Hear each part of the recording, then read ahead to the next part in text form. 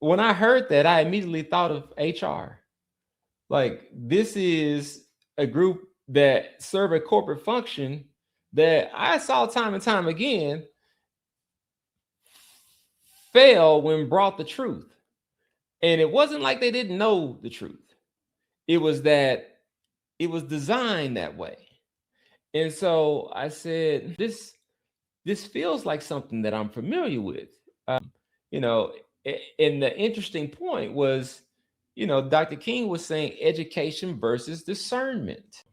And that's what I think is the missing piece, because I just know that, for example, that day when this guy was yelling and cursing at me, and there's 6 or 7 other people on this call, and this is at Dell Technologies, and nobody reports it to HR.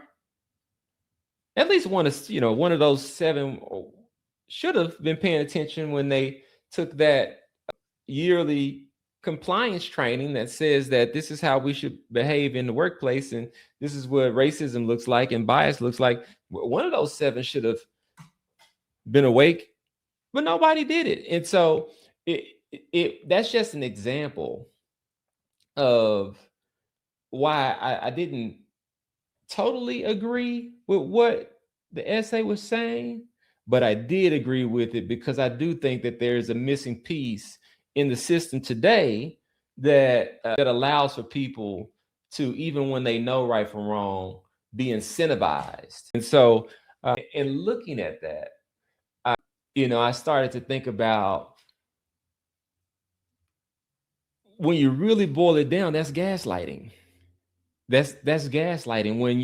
When people know that that's wrong, but then they see the system that they're in not handle it as wrong, then they start to think about, well, I guess it's really not that bad, or that's just, I guess it's okay, or whatever the thought process is.